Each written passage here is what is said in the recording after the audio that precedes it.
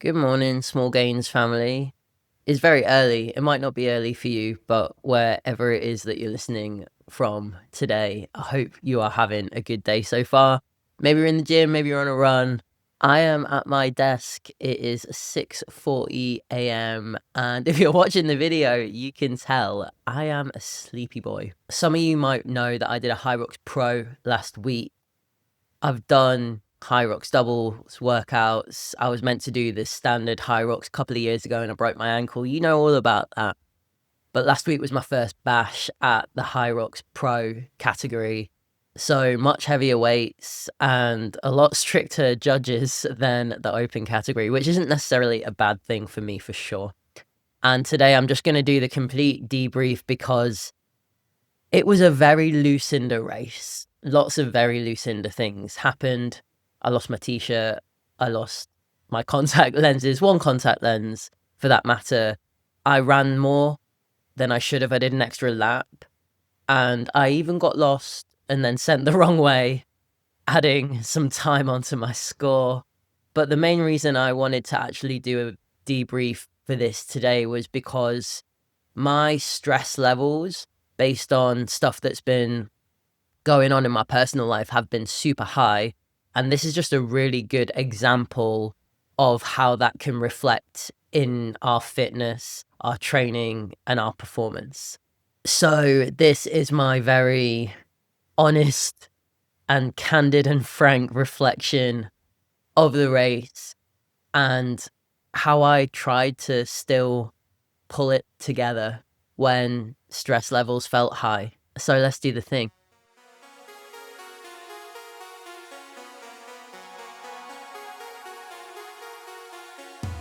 All right, so for those that don't know what Hyrox is, it is a functional fitness race. And I think I can't do this podcast without mentioning that Hyrox started by someone in Germany, I think. The word Hyrox stands for hybrid rock star, which is pretty cringe, but we've got to embrace it. And a lot of people hate on it, mainly CrossFitters, because the barrier to entry is really low. And that is what is so good about it. It's a really accessible fitness race. Literally anyone can do it. They have adaptive categories, they have doubles, they have relays, they have solo races. The movements that you have to do are low skill for a reason. It means that they're more accessible.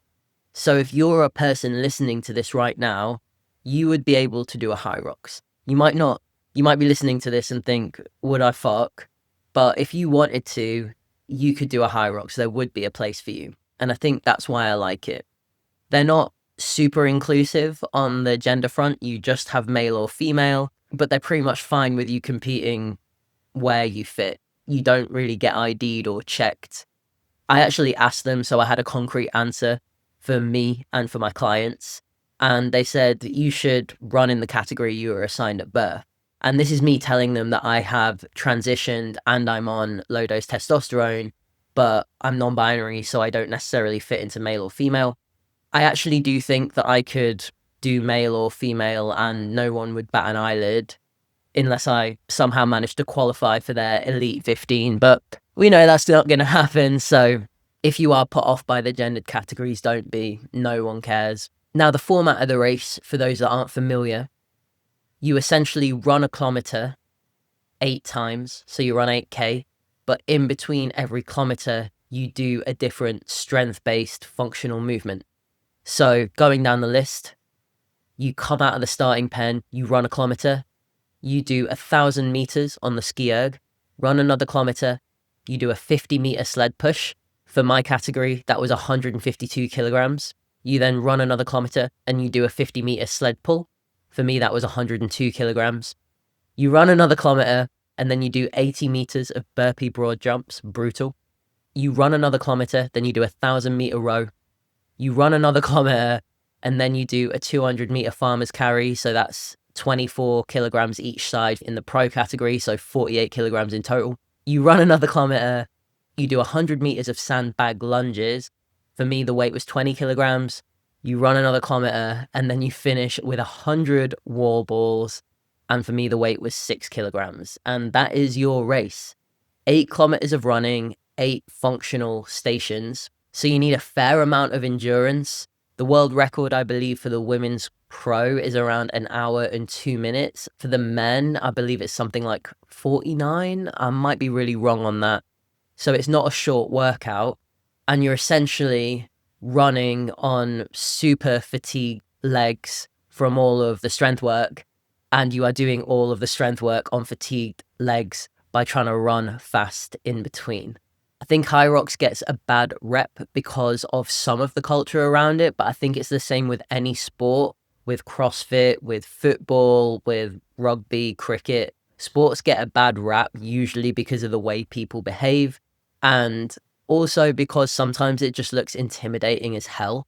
There is always going to be a little bit of bro and jock culture coming into this that we can't avoid, but we can just ignore it because it doesn't really infringe on your race, unless you're actually competing with those guys, in which case, apologies, definitely just stay out their way.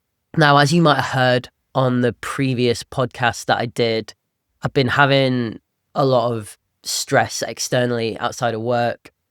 The start of my year was a couple of funerals, and I've had some stress trying to move.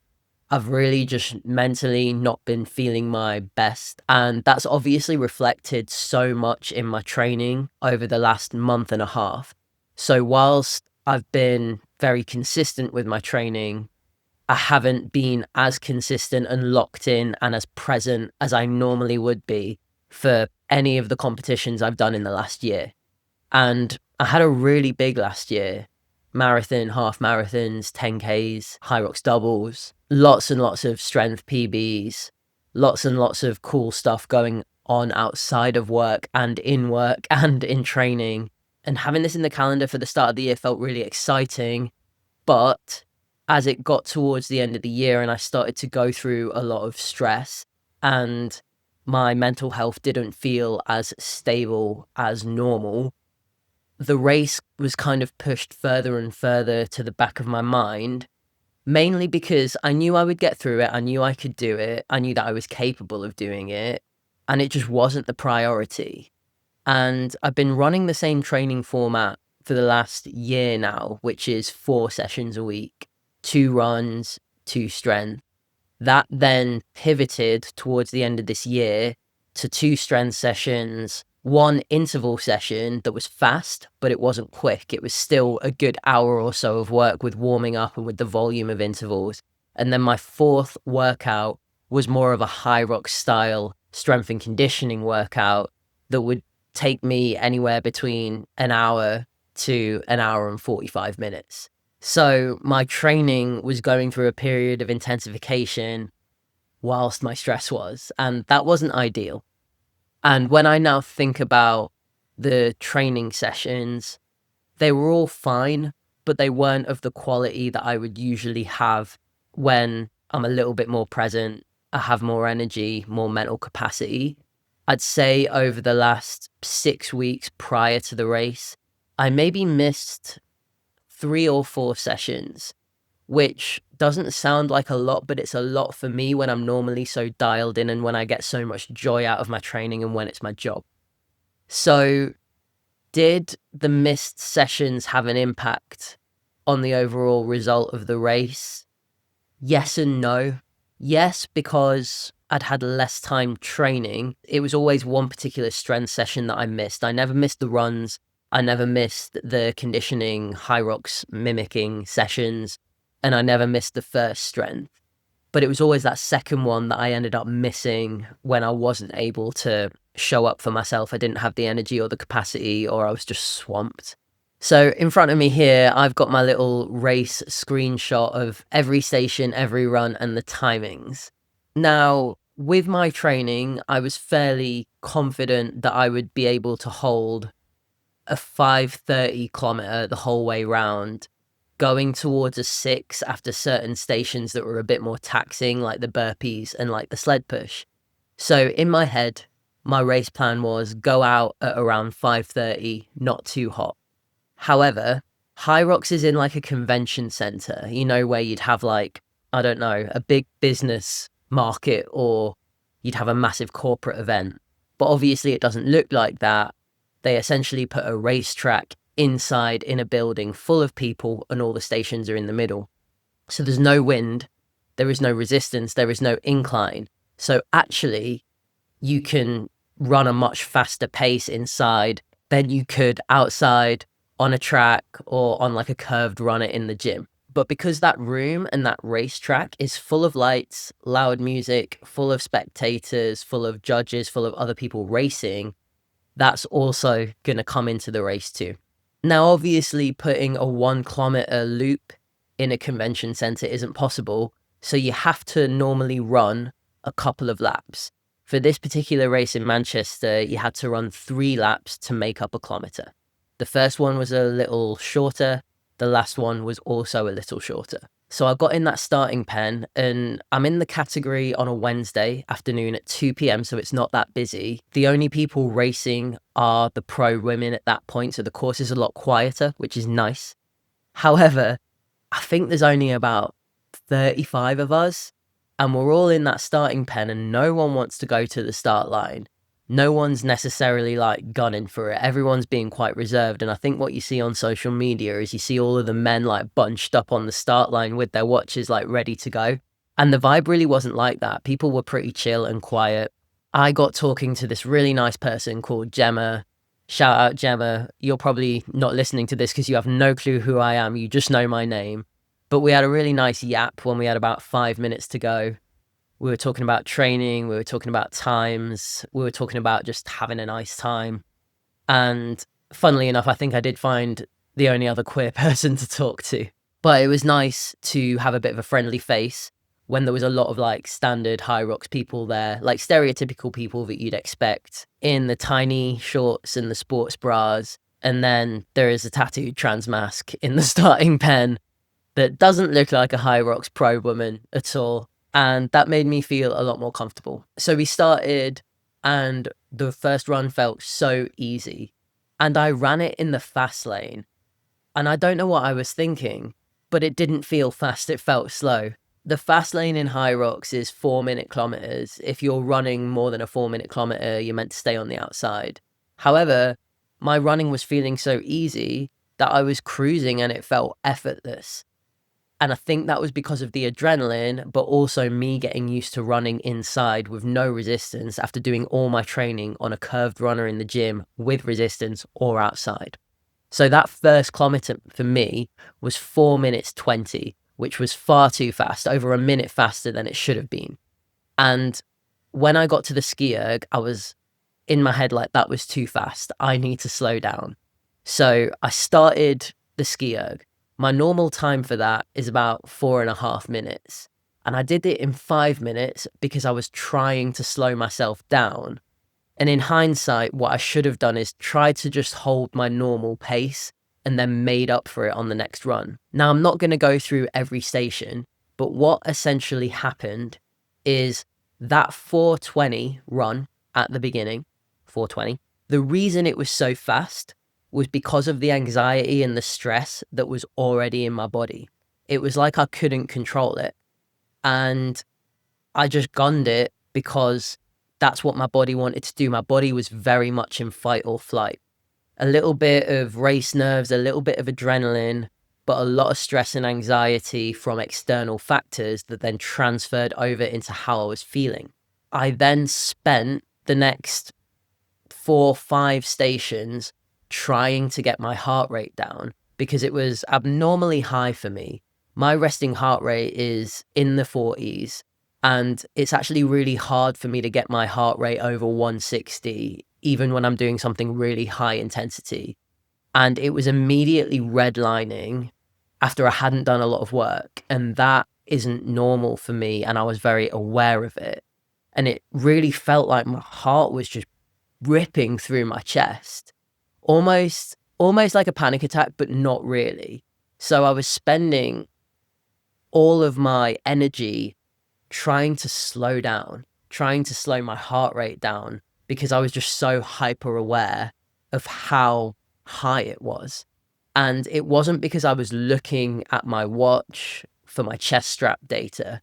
It was just because I could feel it. And my therapist had a really, really interesting observation about this. Now, I'm not going to go into what I talk about in therapy, but I did think this was worth sharing. And essentially that was, when you're going through a period of stress, distress, anxiety, you're in that fight or flight mode. And there's a lot of things that you can do to disassociate from it. You can almost take yourself away from those feelings and put that elsewhere, put it on a shelf and carry on with your life, because that's what you have to do in order to survive. This sounds like quite an extreme example, but I guess in a sense, that's what the body is doing. Even though it knows it's not necessarily like a life or death situation, it feels like one to my body. And then when you do something like a race, like a very high intensity race, all of a sudden, everything in your head has gone, and all you're doing is concentrating on your breathing and how you feel in your body because you're doing a race. And normally, for any races or comps that I do, I'm buzzing. You know me, I thrive off it. I love it. I do get nervous, but I enjoy every moment. I love being present. I love not taking it too seriously. I love having a laugh with the judges, with the other people that I'm in it with. And it just wasn't like that on Wednesday. So I digressed a little bit. My therapist's theory that I do agree with was that everything kind of melted away that I've maybe been putting on a shelf, and I had to come back into my body, which was in an extreme fight or flight mode from the month and a half prior to it. And then I was realizing how I was physically really feeling in my body, and that was not good. And that then reflected on the entire race in terms of my stress levels, my anxiety levels, being able to actually control my body and my heart rate. It was actually really hard. So I did have a fun time. I did have a good race. I wasn't as present as I wanted to be. And because I was spending so much time and energy just trying to relax into it, which I normally find really easy, it really affected my performance. And I'm looking at my runs here in front of me. That first run, 4:20, you can then see it's really reflected in all of my times after. I did a 6-minute K, a 6:28, a 6:40, a 6:35. And that is like my conversation pace. And I shouldn't be running my conversation pace in a race. I should be running my race pace. But my body just couldn't. And you can see in some of the strength work, it's really reflected in the times as well. So I spent a lot more time than normal doing the ski erg, doing the lunges, doing the burpees and the wall balls, like a good few more minutes than I would have normally done.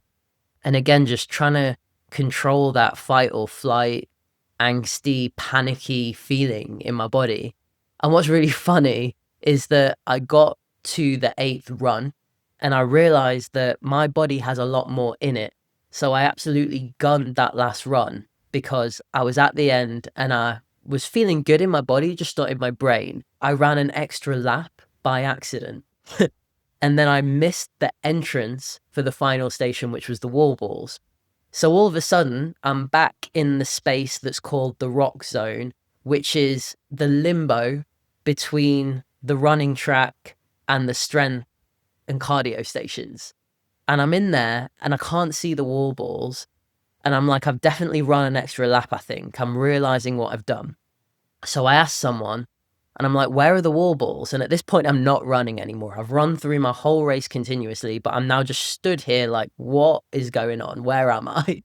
Getting very like, is it disoriented, discombobulated? I don't know what the word is, but someone's like, oh, you need to go down there.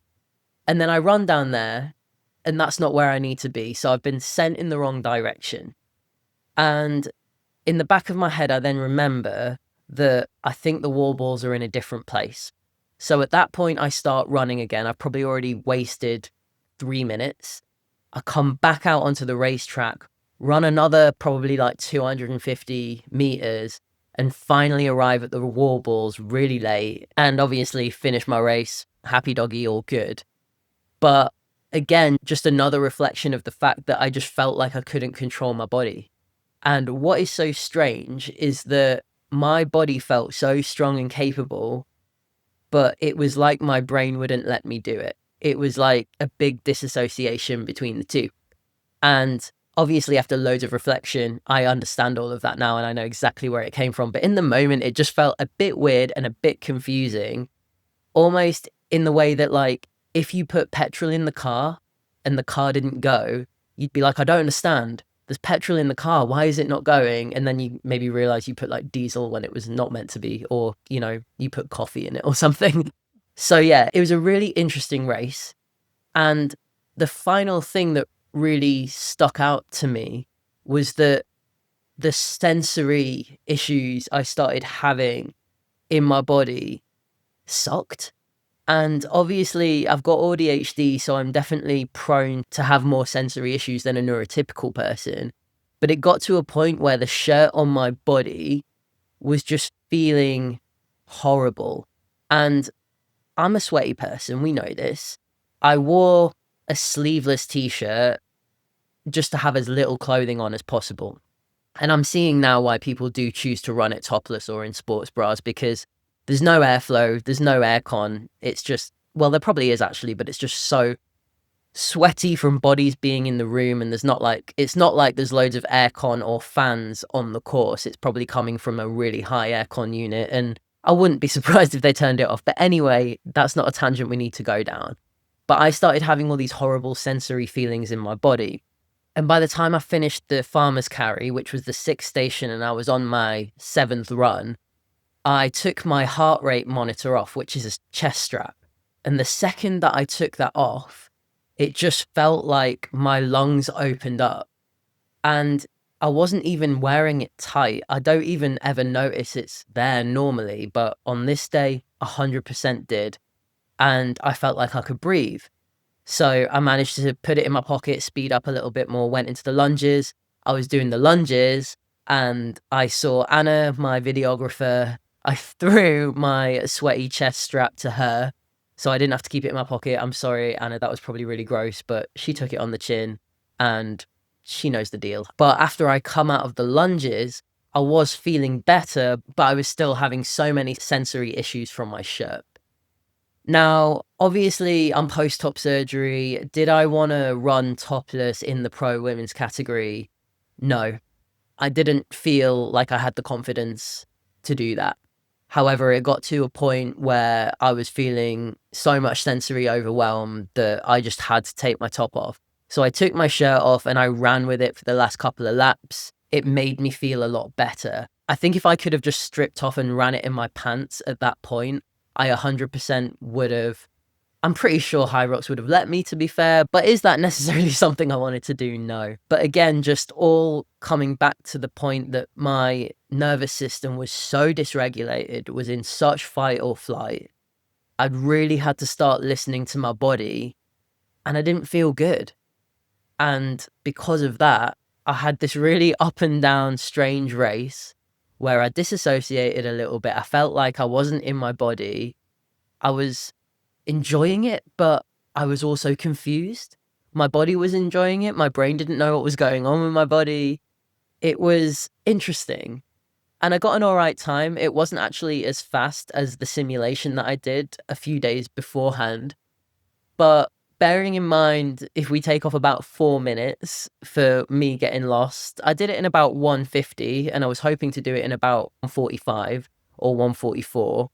So all things considered, if I'd had lower stress levels and if I'd had a bit of a better day in my body and in my brain, I think I've probably got it in the bag if I wanted to do it again. But all in all, just one of the strangest race experiences of my life. And I did enjoy it, but it was just weird.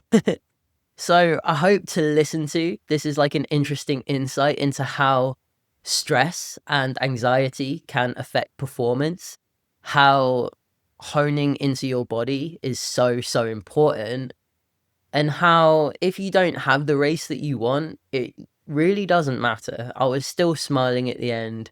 Had my girlfriend there, I had 2 mates there, and I had Anna there. Anna is a drummer in my band and she's also been filming me a lot recently.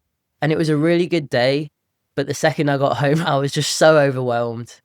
I got some nice Greek food and watched Traitors. and had a massive sleep. And I knew that I was going to do some sort of debrief on the podcast this week, but I'm so glad that I record the podcast on Thursdays normally, because it's given me like a whole week to kind of reflect on it. Would I do one again? Yeah, absolutely. I want a rebuttal. I want to not get lost. I want to feel a little bit more present and less stressed with external things going on with my life. And I'm gunning to try and get that quicker time and control my pace and my breathing and my central nervous system a little bit better. So yeah, I'm gunning for it. I actually got Harry Styles tickets the other day for Amsterdam, and there is a Netherlands Hyrox around a similar time. So I'm not going to hold myself to it, but it is in the back of my mind. Bit of a whirlwind.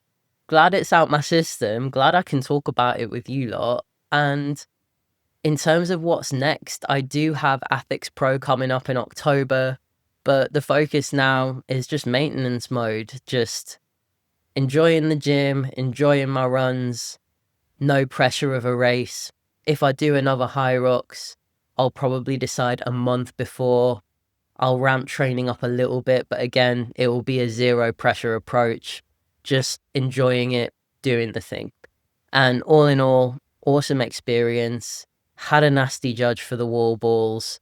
Weirdly, he stopped giving me no reps when the commentator and the cameras came over, but that's maybe a story for another time. And if anyone is interested in doing their first Hyrox, whether it's a relay, whether it's a doubles, a singles, an open category, a pro category, drop me a message if you have any questions at all. If there's anything about how it works, how the course is, let me know, and I'd be more than happy to answer. And to anyone that doesn't currently work with me, that is interested in running and lifting weights, never done it before, not sure where to start, I've got a program on my workout app subscription called Hybrid Awakening, and it's a beginner hybrid training program, 12 weeks, and it's for anyone that is a beginner runner or a beginner lifter, beginner in one area or maybe both, who wants to dip a toe into hybrid training and see if it's for them. And it's done sustainably. It's not 6-day training weeks. It's not double training sessions. It's the way that I train myself sustainably, 4 days a week, not too much volume, the minimum effective dose of running and lifting to allow you to get stronger, faster, and more enduring at both. And you can sign up for that literally today if you would like to. And if you want a 50% discount code off your first month, check the show notes and I've put one in there for you. All right. Have an awesome rest of your week, Small Gains family. I hope you enjoyed the Hyrox debrief. And please, someone help me get laser eye surgery, because I lost a contact lens during the lunges. And I just never ever want that to happen again, but I also want to be able to see where I'm going. That is me out. Take it easy. Love you.